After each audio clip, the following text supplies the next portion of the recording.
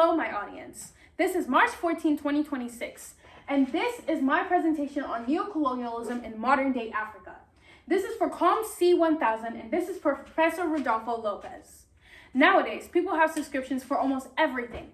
When you buy a streaming service like Netflix, you're not really owning what you're watching. You're simply paying a monthly fee to keep access to what you bought. In a similar way, many African countries appear independent today, but still remain economically controlled by foreign powers. After fighting for independence, many countries realized that their former colonizers still maintained influence over their economies. This system is known as neocolonialism, where foreign corporations and global powers continue to control Africa's resources. A continent rich in resources but struggling with poverty reflects a relationship that does not make any sense. True independence will remain difficult for many African nations until the effects of neocolonialism have been dismantled. Although the era of direct colonial rule in Africa has ended, political and economic dependence on former colonial powers continues through neocolonialism. Today, I will discuss three aspects of this issue: the history of neocolonialism, the exploitation of Africa and its people, and the role foreign corporations play in maintaining the system. According to Zina Omar, a fourth-year cultural anthropology and global studies student at the University of California, Santa Barbara, Africa's exploitation intensified when Europe transitioned to a capitalist economic system.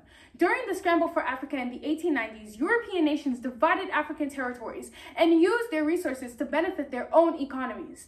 African people were subjected to forced labor and violent conditions through systems like the slave trade, which helped build wealth in Europe while preventing Africa from developing independently.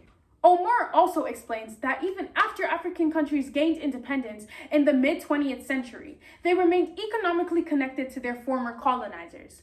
Political theorist Kwame Nkrumah argued that nations affected by neocolonialism may appear independent, but have economic systems directed from outside powers.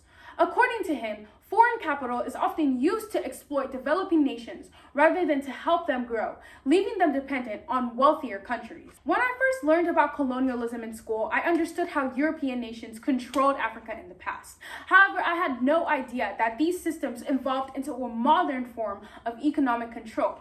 Understanding the connection helped me to see how colonialism still impacts Africa in today's 21st century. Neocolonialism also continues through the exploitation of African resources and labor. Oluwasimi Oluwale, an undergraduate researcher at Queen's University, notes that over 50% of Africa's exports consist of raw materials. However, industries that could process these resources remain underdeveloped. As a result, African nations export low-value materials while importing expensive finished goods, limiting their economic growth. Oluwale also explains that multinational corporations often create low-paying jobs while sending profits back to foreign countries. For example, cobalt mining in the Democratic Republic of the Congo supports global technology companies, but often leaves local communities impoverished and facing environmental damage. Additionally, international loans from institutions such as the International Monetary Fund and the World Bank frequently come with strict conditions. These policies can force governments to cut public spending while prioritizing debt payments. As of 2024, Africa's external debt exceeded $650 billion, drawing resources away from public services and development. Growing up, I often watched documentaries about dangerous mining conditions in Africa. I used to wonder why workers were faced with such harsh environments when they were mining things that were so rare and so expensive. However, after researching this topic, it became clear to me that many corporations prioritize profit over the well-being of these local communities. Foreign corporations play a major role in maintaining neocolonialism.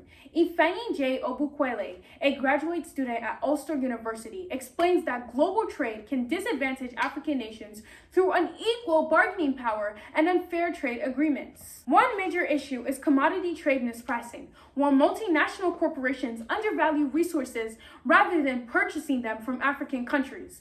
This practice allows corporations to shift profits to lower tax regions while African governments lose valuable tax revenue.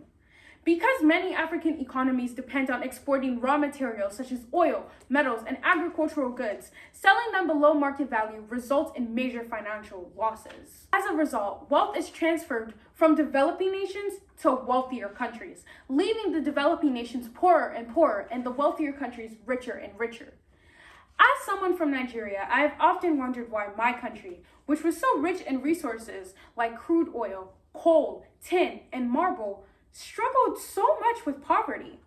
Researching on neocolonialism helped me understand and explain how nations with valuable resources can remain economically disadvantaged.